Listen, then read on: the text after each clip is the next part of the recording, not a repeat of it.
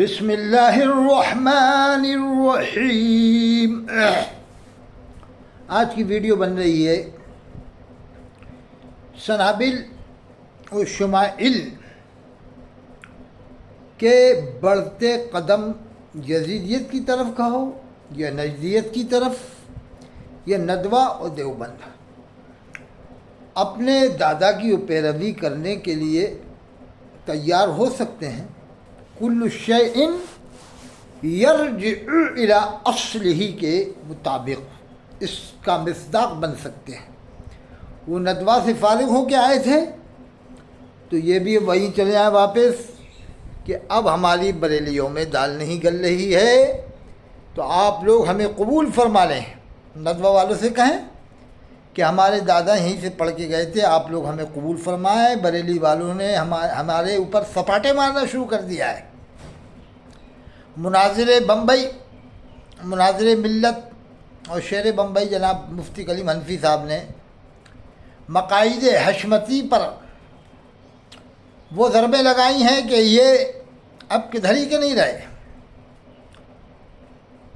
مناظر بمبئی ہیں، وہ بڑے مناظر ہیں، کوئی حشمتی لوگوں میں سے دم نہیں ہے مناظر کرنے کی، باصلاحیت مناظر ہے۔ اگرچہ میری ان سے اختلاف اپنی جگہ ہے لیکن قابلیت تو ماننا پڑے گا نا۔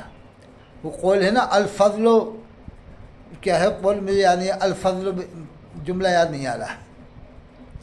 تو ان کی قابلیت کے سامنے تو حشمتی زیر ہو چکے ہیں اور انہوں نے مقاعد حشمتی پر حشمتیوں کی مقاعد حشمتیوں پر جو ضربیں لگائی ہیں، جملے بازی کی ہے اور جو ضربیں لگائی ہیں، سپاٹے لگائے ہیں، تو سمجھ لو کہ مقاعد حشمتی سے ہوا کے فوارے نکل گئے کہ نہیں نکلے؟ بتائیے آپ، کرو مناظرہ جا کے بمبئی۔ اور میں تو مناظرے کا چیلنج ان کا قبول کر لیتا ہے، وہ قبول کرتا ہوں اس شرط پر، تعزیے کے اوپر جو انہوں نے مناظرے کا چیلنج دیا میں قبول کرتا ہوں۔ مفتی کلیم حنفی صاحب کا چیلنج میں قبول کرتا ہوں اس شرط پر کہ نہ تو بمبئی آؤ نہ میرے وطن آؤ، نہ تمہارا وطن ہو نہ ہمارا وطن ہو۔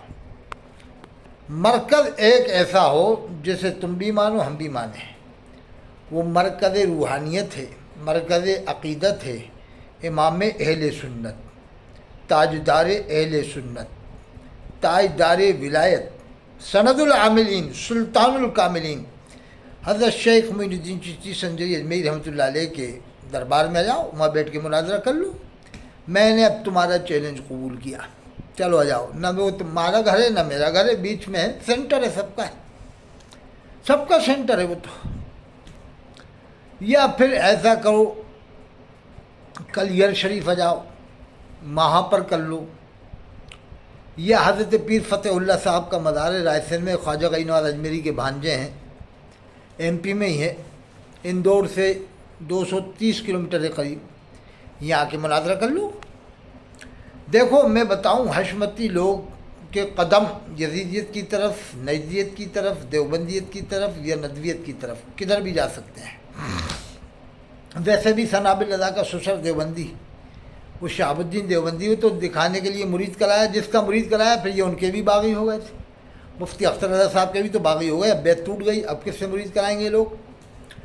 دوسری بات یہ ہے کہ کہیں یہ اب کٹورا پتی نہ بن جائے، ابھی تک تو ایک کروڑ پتی سے، اب یہ کٹورا پتی نہ بن جائے۔ دیکھو بھائی، اس لائق مت کرو ان کو کہ کٹورا اٹھانے پر مجبور ہو جائیں بیچارے، کچھ تو ان کے لیے رہنے دو۔ مرغے اگر دیسی مرغے نہ کھا سکیں، بکرے نہ کھا سکیں تو بھینسا تو کھا لیں کم سے کم، اس قابل تو چھوڑ دو کہ بھینسا کھا لیں۔ اب تم تو بھینسا کھانے کے بھی قابل ان کو نہ رکھو، اتنا ان کو سپاٹا لگاؤ، اتنا ان کو لپیٹو کہ کدھر ہی کے نہ رہیں بیچارے۔ ارے کچھ تو رہنے دو، دال روٹی کے لائق تو رہنے دو ان کو کم سے کم، پیلی بھیت والوں کو۔ اور میں تو بتاؤں آپ کو کہ جتنے لوگوں نے احسان کیا رضویوں پر ان کے ساتھ پھر یہی ماجرا ہوا۔ سب سے بڑے مناظر اپنے وقت کے رضویوں کے اوپر احسان کرنے والے 126 مقدمے چلے مفتی حشمت علی خان صاحب پر، جب ان کی اولاد کو نہیں چھوڑا 126 مقدمے چلے، مجھے کوٹہ میں بتایا۔ اپنی جان کی بازی لگا کر رضویت کو پروان چڑھایا اور اس لائق بنا دیا رضویوں کو کہ وہ کھائیں کمائیں آرام سے جائیں پورے ہندوستان میں. تو فیلڈ کس نے بنائی تھی؟ لیکن آج ان کی سنتان کو کیا کیا دن دیکھنا پڑ رہا ہے. کتنا افسوس ہو رہا ہوگا ان کو کہ ذرا بھی احسان نہیں مانا. ارے انہوں نے کس کا احسان مانا ہے؟ اور سنو، ماہر رضویات حضرت مولانا مسعود صاحب پروفیسر جب وہ پاکستان گئے ہوں گے، ملاقاتیں کی ہوں گی، دیوبند والے جو ان کے رشتہ دار تھے ان کے اوپر بھی شک ظاہر کیا گیا، تشکیک ان کے اوپر بھی آئی. کتنا کام کیا رضویات کا. اور سنو، سلطان مناظر اعظم گجرات، شیر گجرات حضرت مولانا مفتی عبدالستار حمدانی صاحب رحمۃ اللہ علیہ، انہوں نے پوری کتاب دعوت اسلامی کا ایک اعلامیہ لکھ دی، لیکن عرش اعلیٰ حضرت میں نہ تو اس کی تشہیر کی گئی، نہ ماررہ میں تشہیر کی گئی، نہ بلگرام میں تشہیر کی گئی. کہیں بھی تشہیر نہیں کی گئی، نہ اس کا پرچار کیا گیا، نہ اس کا کوئی پرچار کرتا بریلی سے، نہ عرش اعلیٰ حضرت سے، نہ کہیں سے بھی. جو کتنے ہی رضویت کا کام کر لو ان کے ساتھ یہ انجام ہوتا ہے.